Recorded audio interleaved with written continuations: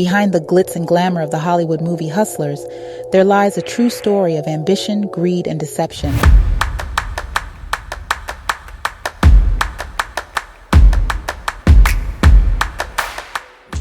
Front hook, ankle hook, knee hook.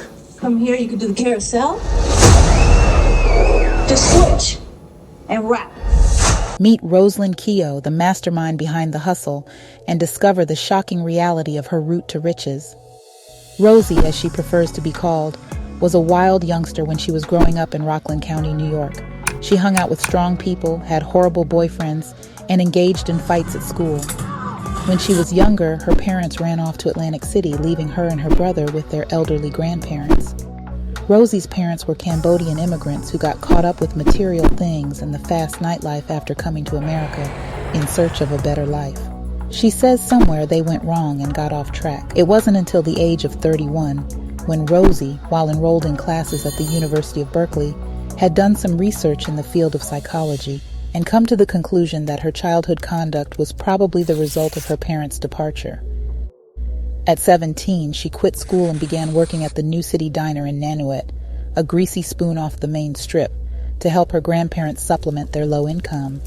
Here, she poured coffee late at night and early in the morning, taking orders from patrons, many of whom were workers at Lace, the local gentlemen's club. One night, a manager was in the diner from Lace. He gave her a long up-and-down glance, left a $20 tip on a $20 check, and invited her to stop by the club if she was interested in making more money. Rosie had watched the HBO show G-String Divas, so she immediately associated images from the TV show to her vision of what Lace was, as she recalled huge wads of cash the dancers peeled off, but she knew the real money was in Manhattan. After getting some experience under her belt, she soon started driving her used Honda into the city to flash dancers in Times Square and Larry Flint's Hustler Club. There she met Samantha Fox. Samantha was a top earner for Hustler. She was a Bronx single mother who began dancing at the age of 19. Her form was influenced by the field in which she was raised. She had a figure like Jessica Rabbit, plump lips like Angelina Jolie. Samantha was in her 30s, which was old for a stripper, but she had managed to maintain her dominance, in part by training newer dancers. You see, one would think it would be competitive when you have a group of women whose livelihood depends on getting the attention of men. But Samantha cultivated a different culture, one where it was actually better for strippers to work together. Because while most men might be able to keep hold of their wallets around one scantily clad, provocative beauty, they tend to lose their grip around 3 or 4. This is why at Hustler and other strip clubs, the dancers work in groups. Rosie recalled that everyone wanted to work with Samantha because she had a lot of clients and she knew how to get them to spend more. Samantha took Rosie under her wing, introducing her to some of her regular customers who were mostly Wall Street guys. It was 2007. Strip clubs were as good a place to blow off steam after a day of managing millions. It was a make-believe world that existed within the structured world you left when you entered through the doors. To set the tone, imagine this scenario. A guy spends $300,000 in 1 week. He came in 3 times, $100,000 every time he walked in the room. Everyone made $10,000 each time he came in. Some guys were rude, most were married, but it didn't stop them from making sexual advances. Seeing these men and their behavior day after day started to mess with Rosie's mind. She often accused her own boyfriend of cheating. This line of work gave her a glimpse into the male psyche. She now believed all men thought the same as did the other girls, as they stopped believing men were real. Instead, they thought men are here for them to manipulate and take money from. On the other hand, if the guys were nice and showed genuine interest, then the women would string them along forever to extract payments for rent or school. Rosie really did go to school. She would sit at the bar doing schoolwork while one of the white-collar professionals observed her. Rosie was studying psychology. She found herself studying the dynamics of the club through her psychology lens. She concluded the reason Wall Street men partied so hard is because they were not satisfied with work. They raked in the cash as their lives spiraled out of control. They threw their money away on wild nights at strip clubs, binged on alcohol, and indulged in drugs, trying to fill the void that their wealth couldn't satisfy. In similarity, the dancers earn money but become depressed, so we spend it on shopping or a trip, which depletes our funds, forcing us to return. Rosie did not want to get trapped in that pattern for life. She thought of Samantha, who would talk about the classes she took at FIT and the swimsuit line she was starting. But Rosie did not see her doing that. It did not fit with who Samantha was. 2 years passed. Rosie had left the clubs. She had an engagement and a pregnancy with her on-again, off-again partner. While they were off again, Rosie craved her financial independence for her and her baby girl.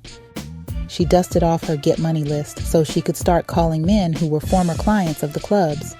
Brian, the white-collar professional who once took a liking to her, was now married. She found out as she made more calls that no one else on her list worked out either. Rosie drove back into the city to hustler. A lot had changed. Half of Wall Street was unemployed as a result of the 2008 market crisis. The whole vibe downtown was different. All of the dancers were new. Lots of Colombian and Russian girls, all very beautiful, made Rosie feel a little intimidated, like she couldn't compete. Pleasantly surprised, she saw Samantha was still there, but she wasn't dancing anymore. Rosie observed a crew of dark-haired girls who would pick men up and bring them into the clubs. This was known as fishing, and Samantha seemed to be doing extraordinarily well, orchestrating their movements, like puppet dolls where she pulled the strings. Traditionally, dancers have paid clubs for the right to work there, rather than the clubs paying the dancers. In addition, the girls are required to tip the bartender, the hosts, the DJ, and the house mom, in addition to paying several other fees. Samantha had discovered that things had changed in her favor. She had the power to attract the patrons the clubs needed. Samantha would read through her list of client phone numbers that she had accumulated over the years. She would send them a seductive text to see if they would bite. To sweeten the invite, she would also send a photo of one of the prettiest girls from her crew, hoping they would be up for a night of partying. If she got a response that they were interested, Samantha would ask her trusted partners in the crew, either Marcy or Karina, to meet the client at a high-end restaurant. When the girls arrived, they would drink and dine him before directing him toward one of the clubs, where they had negotiated a lucrative cut of his spending. That is, after they had gotten him drunk on alcohol and female attention. The goal would then be to charge his credit card as much as they could. This worked beautifully, until it didn't. Sometimes the guy would be too exhausted to go out to a club. To keep the party going, they would then offer him drugs to give him a boost of energy. Samantha had created a concoction that was making her wealthy, a unique drink that was mixed with MDMA and ketamine. According to Rosie, they would add just a sprinkle, like a pinch of salt. The ketamine messed with their memory. The MDMA made the men beyond happy. Frequently, they would pass out as a result. Rosie sometimes listened in when a guy would phone in the days or weeks following the event to complain about the magnitude of his bill. Samantha would remind him of the fantastic time he had. "Don't you remember the good time you had? You were giving tips to everyone," she would say. Samantha was persuasive, ruthless even. She would fit right in on Wall Street. Even if the man wasn't buying it, he would decide it was too risky after he weighed the thought of making a formal complaint to the police and telling his wife what he had actually done. It worked so well because the men would just let it go. Rosie, with her superb organizational skills, treated it like a real business. She steered the other girls to more upscale places. She herself dressed the part, not like a stripper, but as a sexy woman who just got off work, out for a drink to unwind. She would settle in at a good vantage point to look around for a target, checking out the shoes, the watches they wore, looking for the wedding rings, then making her selection. Her strategy was to send a group of guys shots from across the room, then see which one would come to her. After a few drinks in, she would announce, as though it just came to her, "I know, let's go to a strip club, come on." While the men were being entertained, or in some cases passed out from being drugged, Rosie spent a lot of time on the phone with American Express. She would validate the last four of a social security number or a mother's maiden name, along with transaction amounts. It wasn't difficult to get this kind of information from a man who was either too high or too drunk. A dancer draped all over him helped too. Samantha got the largest cut. The clubs got a healthy portion. There were nights and weeks where Rosie brought the club 100 grand. She was no longer just a disposable dancer. She was the CFO of her own corporation.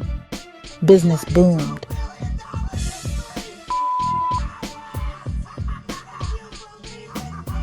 That first Christmas, they bought Marcy her first pair of Louboutins. In the fall of 2013, they switched things up a bit. Other dancers saw the success they were having and started to copy them. Rosie observed that men wanted to be around strippers, but going to the clubs wasn't for everyone. She saw there was a market for something in between. So they started to bring the strippers to the guys. The whole crew was doing well. Luxury vehicles all around, and shopping at only high-end designers was the norm. However, running an operation of strippers and thieves was more than a full-time job. Sometimes Rosie wouldn't get home until 5 a.m. and have only 2 hours to sleep before getting her daughter ready for school. Also, Rosie often had to play counselor or social worker when they would get beat up by their boyfriends and wind up in the hospital. Tensions flared between Samantha and Rosie over the girls.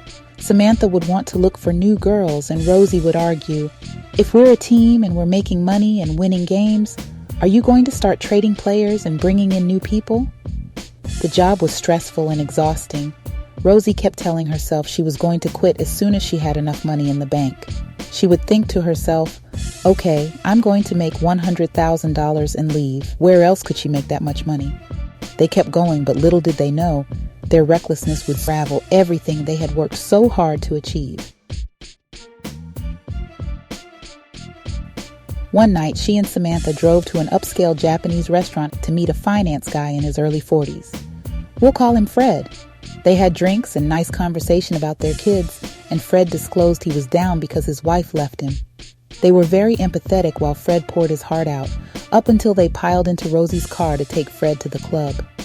That night, they cleaned him out completely. At one point, he begged them to credit some back to his card for his mortgage payment that was due. In total, they charged $17,000 between two different cards. Calls have been made to the New York City Police Department throughout the years, from callers saying they had been drugged and their credit card run up at a strip club. The department's unofficial stance has always been that the callers are full of it, but this time their interest was piqued when this particular caller claimed to have proof. The Tactical Diversion Squad of the Drug Enforcement Agency sent agents to his house, where he played a recording of a discussion he had with the offender for them. He pleaded with the person on the other end of the telephone, "I just want to know what happened to me," until she finally caved in and revealed what had transpired. He had been duped by a group of former dancers who had drugged his drink, a mere sprinkle. Well, the recording led to the arrest of the woman on it. She confessed, then agreed to a sting operation. She called Samantha saying she needed help with a customer at the Gansevoort Hotel. Samantha sent Rosie and Karina. Both felt that something was off. The girl kept trying to get them to drug the guy, but they didn't. She eventually took the bag to do it herself, but dumped too much in his drink. He passed out. The women never completed the rest of the job. They never got to touch his credit cards because a knock on the door caused Rosie and Karina to leave quickly, passing two men from hotel security. They got out of there fast before being questioned. Paranoid, they thought they were being followed. The DEA had a hard time finding victims willing to press charges. Men don't want to admit to being victimized by women. In the end, the DEA did get at least 3 men willing to come forward. A doctor from New Jersey who had been fleeced out of $135,000 off his Amex card. He had no idea he was victimized until Amex called. Fred came forward. They did not get as much from his cards, but one of the cards was a corporate one, leading the company he worked for to open an internal investigation, which led to him being fired. Fred eventually found another job, but lives in fear of getting fired again. The guy who presented the tape, which was the catalyst of the women's downfall, also pressed charges. They got arrested one by one. Samantha and Rosie were both charged with 2 counts of conspiracy, 4 counts of grand larceny, 2 counts of assault, and 3 counts of forgery. Samantha and Rosie got 5 years probation. Karina, Marcy, and the other girls got a mixture of jail time and probation. And that's the fascinating story behind the movie Hustlers. But speaking of hustlers and finding a route to riches, watch the next video about the Houdini of Hermes.